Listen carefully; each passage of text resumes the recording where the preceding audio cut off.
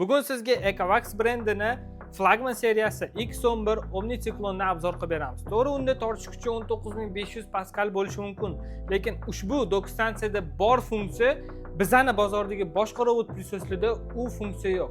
Videoni oxirigacha ko'rib tursangiz, nima funksiya to'g'risida gapirayotganimni ham bilib olasiz. Ecovax hozirgi kunda dunyo miqyosida top 3talikda turgan brendlar qatoriga kiradi, aynan robototexnika yo'nalishida.